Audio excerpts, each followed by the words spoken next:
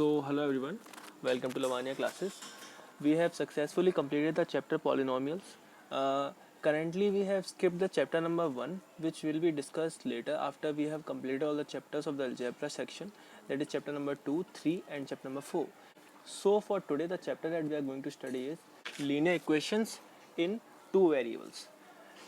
In this chapter, we are going to study about linear equations, their solutions, their graphical representations, and other things. This video is an explanatory video.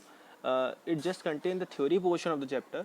The numerical explanations of the questions will be discussed in another video, which will be provided later. Before starting the chapter, please give a subscribe and a like to the channel. Watch the video till the end. If you like the content, give me a like. So we are moving on to the first topic, which is equation. An equation is a statement which involves two mathematical expressions which are made equal. यानी कि हम एक equation के अंदर दो mathematical expressions को यानी दो चीज़ों को बराबर करने की कोशिश करते हैं. ठीक है, मतलब अगर वो LHS और RHS उसमें प्रेजेंट हैं तो वो दोनों एक दूसरे के बराबर वैल्यू रखती हैं. ठीक है, अब इक्वेशन के अंदर एक लीनियर इक्वेशन क्या रहता है? Linear equation is an equation which has degree 1, यानी कि उसके अंदर जितने भी वेरिएबल प्रेजेंट रहेंगे, all the variables that are present in the equation must contain a maximum degree of 1, यानी उन सभी की जो मैक्सिमम डिग्री होगी वो 1 रहेगी. ठीक है, 1 से ऊपर की कोई भी डिग्री अगर वहाँ पर पाई जाएगी जैसे 2, तो वो क्वाड्रेटिक इक्वेशन बन जाएगी, और 2 से ऊपर की कोई भी डिग्री वहाँ पर हमें मिल जाएगी तो that would be a cubic equation. ठीक है, तो ये बात हमने पढ़ ली. मूविंग ऑन, एग्जाम्पल्स अगर मैं आपको दिखाऊँ एक लीनियर इक्वेशन के, तो पहला एग्जाम्पल में 5x + 7y = 8. x और y यहाँ पर वेरिएबल्स हैं और यहाँ पर दो वेरिएबल्स हैं. In the second example 17r - 6s = 10t - 7. इसमें तीन वेरिएबल्स हैं r, s and t. Third example के अंदर भी तीन वेरिएबल्स हैं a, b and c. 3a + 14b - 2c = 0. तीन वेरिएबल्स. और लास्ट एग्जाम्पल के अंदर दो वेरिएबल्स हैं w - 23d = 9. तो w and d are the variables here. तो एक इक्वेशन के अंदर 1, 2, 3, 4 कितने भी वेरिएबल्स हो सकते हैं. ठीक है, in this chapter we are going to study about equations which contain how many variables? 2 variables. ठीक है, तो एक 2 वेरिएबल कंटेन करने वाली इक्वेशन का मैं आपको जनरल फॉर्मूला दिखा दूं तो जनरल फॉर्मूला उसका दिया जाता है ax + by + c would be equal to 0. यानी कि a, b एंड c की वैल्यू को अगर हम वेरी कराते जाएंगे तो इक्वेशन हम कोई सी भी फॉर्म करा सकते हैं. यानी कि एक ही जनरल इक्वेशन की हेल्प से मैं वर्ल्ड की कोई भी लीनियर इक्वेशन विद 2 वेरिएबल को फॉर्म करा सकता हूँ. And a, b and c here are called coefficient. a is coefficient of x, b is coefficient of y and c is the constant term here. Okay, यहाँ पर एक statement दिया हुआ है कि a and b can not be 0 simultaneously, यानी कि एक ऐसा मोमेंट कभी नहीं पाया जाएगा जब a एंड b दोनों की वैल्यू ही 0 रहे. एट दैट पॉइंट, उस पॉइंट पर हमारी इक्वेशन के अंदर से वेरिएबल ही ख़त्म हो जाएगा, तो फिर ये लीनियर इक्वेशन नहीं रहेगी. नेक्स्ट टॉपिक में हमको बताया गया है कि हम इसको वर्ड प्रॉब्लम सॉल्व करने के लिए कैसे यूज़ कर सकते हैं. वर्ड प्रॉब्लम के अंदर जो क्वांटिटीज़ हमको पता नहीं होती हैं, यानी जो अननोन क्वांटिटीज़ हैं, उनको हम वेरिएबल की तरह ट्रीट करते हैं. यानी कि एक वेरिएबल भी वही चीज़ होती है जिसकी वैल्यू हमको पता नहीं होती है. तो अननोन क्वांटिटी को हम x, y, z कोई भी वेरिएबल बता देते हैं. ठीक है, और फिर हम उनके बीच में एक मैथमेटिकल रिलेशनशिप इस्टेब्लिश करने की कोशिश करते हैं उन वेरिएबल्स के बीच में. नाउ क्या रहता है कि उसके बाद हम उनको आपस में सॉल्व कर लेते हैं एंड सॉल्यूशन के मेथड्स हम आगे सीखने वाले हैं. तो solution of a linear equation in 2 variable, solution रहता है x और y की वो वैल्यू जो इस इक्वेशन के अंदर पुट करी जाने पर इसको सेटिस्फाई करें. ठीक है, the value of x and y which satisfy the equation are known as the solution of the equation. Okay, ये बात आप समझ गए होंगे. यहाँ पर हम देखते हैं कि हमें 3 तरह की सॉल्यूशन देखने को मिलेंगी, जो कि रहेंगी हमारी unique solution, infinitely many solution, या फिर कोई सॉल्यूशन नहीं मिलेगी, नो सॉल्यूशन. देन हमको बताया गया है कि हम किसी भी लीनियर इक्वेशन को ऑन अ ग्राफ रिप्रेजेंट कर सकते हैं। आपने 9th क्लास में बहुत ही अच्छे से एक लीनियर इक्वेशन का ग्राफिकल रिप्रेजेंटेशन पढ़ा होगा, और इसमें आप ये भी जानते हैं कि एक लीनियर इक्वेशन को जब आप ग्राफ पर प्लॉट करेंगे तो आपको एक स्ट्रेट लाइन मिलेगा। आप जाइएगा, कोई भी अपने मन से एक लीनियर इक्वेशन फॉर्म कीजिएगा, उसको ग्राफ पर प्लॉट कीजिएगा, फॉर श्योर आपको एक स्ट्रेट लाइन ही मिलेगी, जैसा आप यहाँ पर देख सकते हैं। इक्वेशन थी मेरी 2x minus y plus 1 equals to 0। मैंने क्या किया, इसका ग्राफिकल रिप्रेजेंटेशन करने के लिए y की वैल्यू फाइंड की। y would be equals to 2x plus 1। Then आप जानते हैं, आप कॉलम फॉर्म करते हैं, कॉलम क्रिएट करते हैं, उसके अंदर कोई भी x की वैल्यू डाल के y की वैल्यू फाइंड करते हैं, कोऑर्डिनेट्स फाइंड करते हैं, कोऑर्डिनेट्स को ग्राफ के ऊपर प्लॉट करते हैं, और बहुत ही अच्छे से हमको उसका ग्राफ मिल जाता है। If any problem you can ping me in the comment section. ठीक है, तो यहाँ पर पहला जो ग्राफ हमें मिला है वो एक स्ट्रेट लाइन है जो कि x एक्सिस और y एक्सिस दोनों को ही इंटरसेक्ट कर रही है।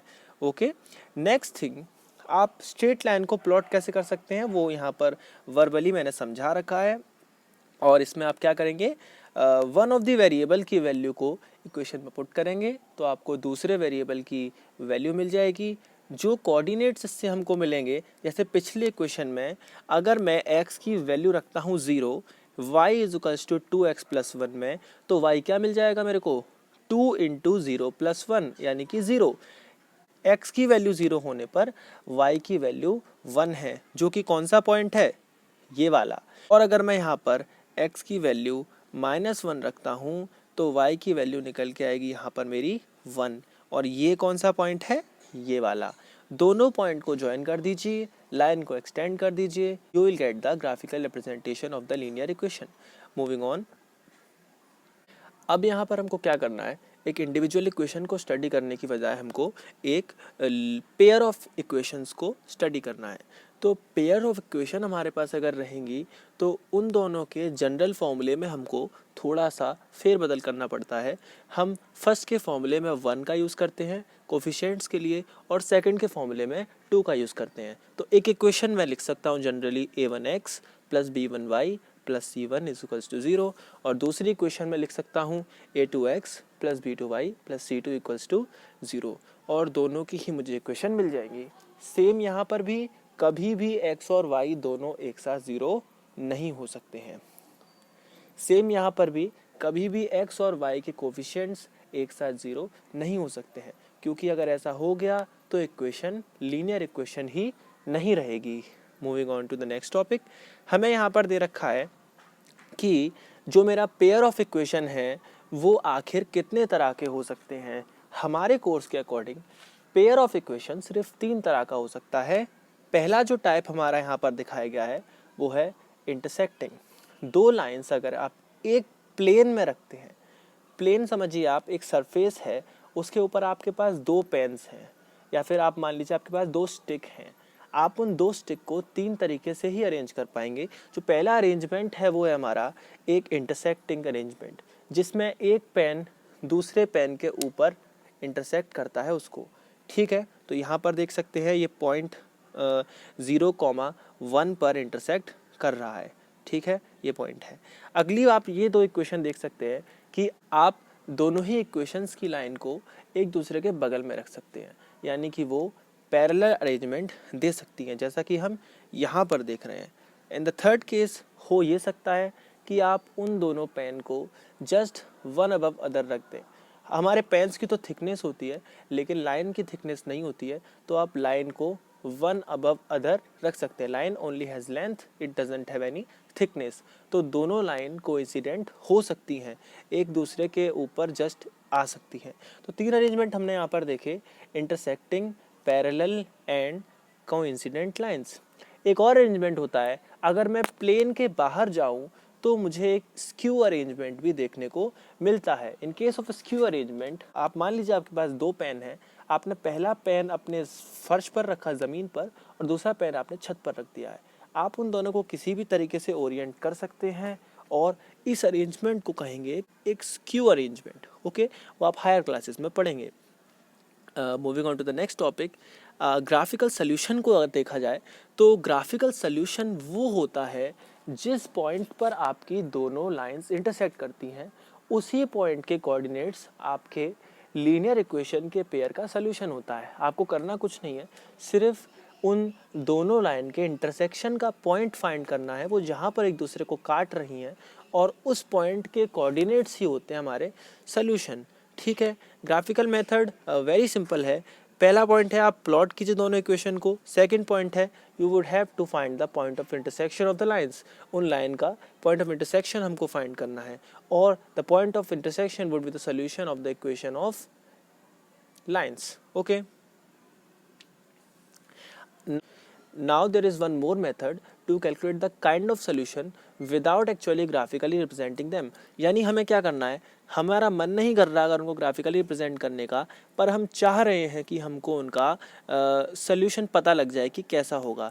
तो हमें करना ये है कि एक तरीका इस्तेमाल करना है कि उनके कोफिशिएंट्स के रेशियो को कंपेयर करना है।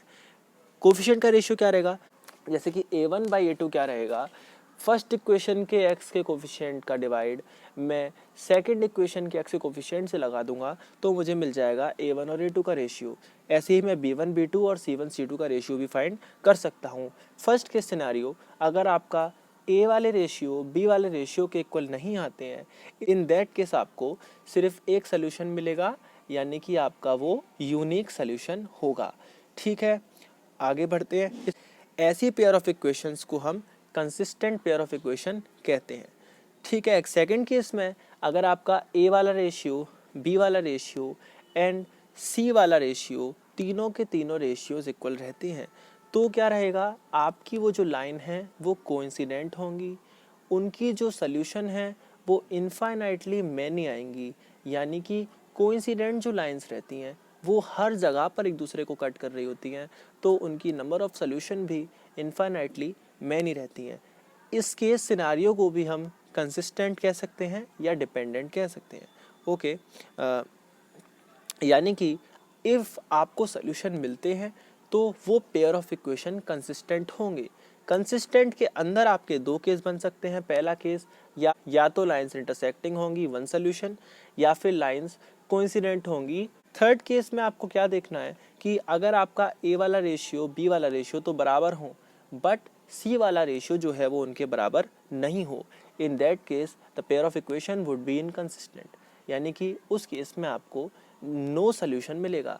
दोनों की दोनों लाइंस जो है वो पैरेलल होंगी, और आप अच्छे से समझ सकते हैं कि parallel lines never cut each other. यानी कि जब पैरेलल लाइंस कट ही नहीं करेंगी तो सोल्यूशन कहाँ जाके देंगी, और इसी वजह से उनका जो सोल्यूशन है वो भी ज़ीरो होगा, या मैं बोलूँ इनकंसिस्टेंट होगा। इसके ऊपर आपको बोर्ड में 1 से लेकर 2 मार्क्स का एक क्वेश्चन मिल सकता है। ओके, अभी हमने यहाँ तक कवर किया है।